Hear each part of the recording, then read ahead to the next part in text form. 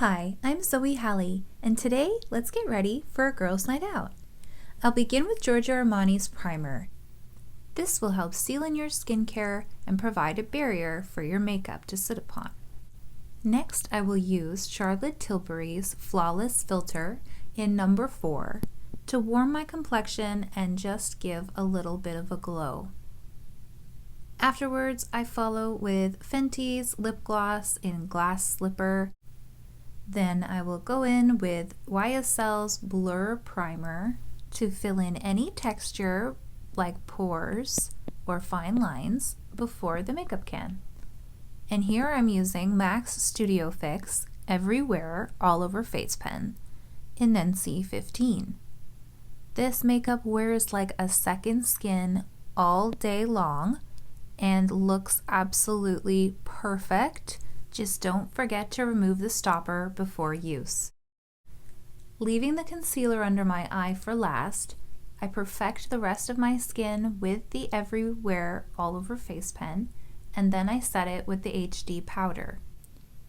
I like to use a combination of a soft fluffy brush and a soft puff to set the foundation, and then I curl my eyelashes and apply a few coats of Dior's Lash Primer before adding a few layers of Studio Fix Powder Foundation to cancel out any redness.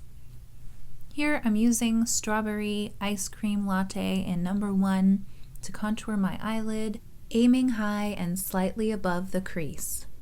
Next for eyebrows, I'm using Revlon's Micro Brow in 456 Dark Brown, and I'll begin by tracing a few hairs in the front of the brow and then traveling along the top of my eyebrow to provide an illusion of a lift. Do this by drawing small strokes in the direction the hair grows and brush in between steps to make sure that the brow doesn't look artificial. I usually begin by drawing my favorite brow first and then begin by doing the second brow and try to create as much symmetry as possible. Makeup artists have a funny saying that eyebrows are sisters and not twins, and it's absolutely true. So don't be frustrated at this step, just try to build the layers and try to create that symmetry. After eyebrows, it's time for eyeliner. Here I'm using Essence Liquid Liner and a handheld mirror to give myself a visual advantage and see everything I'm doing. By tilting your head back, you allow yourself to see all of the work and not to squint so that any of that product will get in between any eye lines. Use your product to sweep into an outward motion and then sweep your brush inside to get any of the spots you missed. After this, I'm going to apply a few coats of Essence Lash Princess Mascara in Sculpted Volume. The brush is very helpful. It's got a curvature that fits the shape of your eye, and I find it gives the most stretch to my lashes. And now let's skip to the good part, using concealer from Charlotte Tilbury and YSL in a combination and in a sweeping motion upward and outward. I blend the concealer in a strong line underneath my eye and blending it out just to create a seamless bond with the foundation from before. Concealer can really be a tricky thing, and makeup in general can really highlight texture in skin and bring out the look of dehydration. So here I've used an Essential Balm Stick by Chanel just to tap in over the concealer to really create that hydrated effect, and I'm going to set it with the HD setting powder just to ensure that the balm doesn't disrupt the makeup underneath. You can really see a discoloration of purple underneath my eye. That's why a combination of yellow and orange really helps to counteract that darkness. Next, I'll be using Charlotte Tilbury's Bronze and Glow palette to warm my complexion even further. At this stage, I may notice that some of the bronzing will disrupt my coverage from before. At this point, I will grab my Studio Fix powder, open it at the same time as my bronzing step, and add a little bit of the coverage from the Studio Fix powder to make things look completely even and very smooth. And then on to highlighter. Here I'm using YSL's Couture Clutch palette, and I'm using one of their pinky highlights to go on the high point of my nose, underneath my eyebrow, and just into the inner corner of the eye. This trick is very reminiscent of one of my favorite makeup artists, Carmen D from the show What Not to Wear. Here I'm using Fluid Sheer by Giorgio Armani in number 2, mixing it with Chanel's Fresh Water Blush in Light Peach.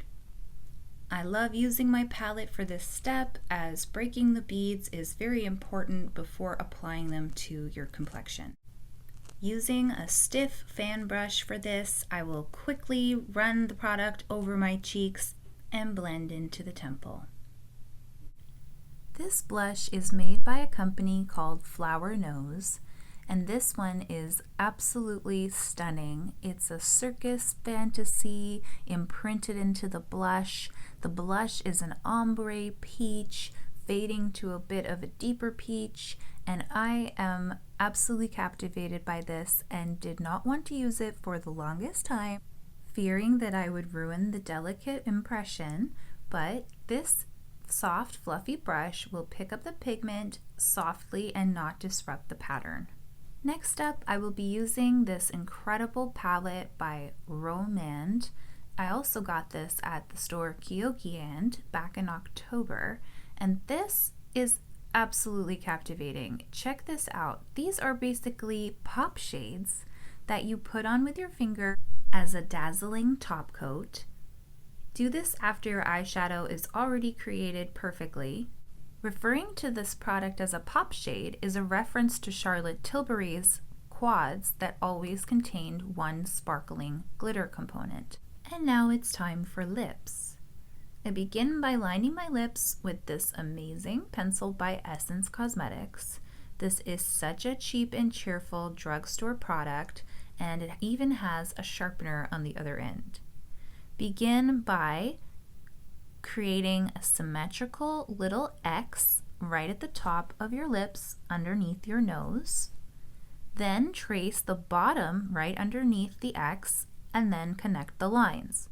Another way to make sure this step is perfect is to apply some concealer around your lip line before you do this step. Make sure you powder it as well with the HD powder, and then your lips will look even more defined. I learned this trick day 1 of makeup school, and it has never left me. Here I'm using Chanel's 104 Bright Raspberry Ultra Tenue Longwear Lip Product. This is a liquid feeling and then sets to a transfer-proof longwear product. The price point is a little bit high, so I have been on the hunt for a drugstore version that can create the same look. Stay tuned for a new video in the future about that. And speaking of expensive lip products, a product recently went viral for its glitter properties.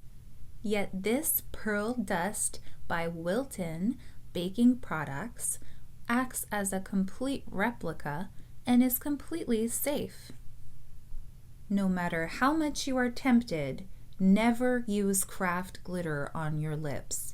If ingested, it can be very harmful to the body, so stick with this simple glitter hack to get your desired effect. Now it's time for eyelashes. This is a pre-cut strip, and I have already used it, but cleaned the glue off beforehand. Begin your eyelash step with a clean band, holding the strip in the curvature of your finger and tracing some glue along the top.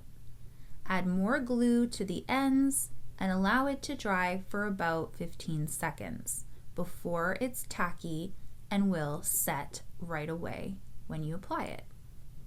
Place your lash in the center and then anchor the edge, and then look away and anchor the inner corner.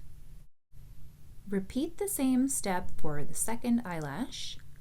A note that I'm using black duo glue here, but that's only because I'm a professional. It's a great idea to use clear glue until you get to this stage. After the lashes are applied, I will go in with my Chanel liquid eyeliner, just dotting some liquid liner in any spaces that appear to have any holes. And here I'm using a glitter eyeliner called Flower Food Bear, and I got this at that store, Kyoki and as well. I'm just going to trace the top of my black eyeliner very carefully, tracing well above the liquid liner as to not disrupt its definition. And here's more glitter with another Kyoki and product. This one is a copper glitter, and I'm just running it along the bottom of my lashes to add a dazzling effect. This is Charlotte Tilbury's Eye Cheat pencil in a cream flesh tone. This will help my eyes to appear even more open.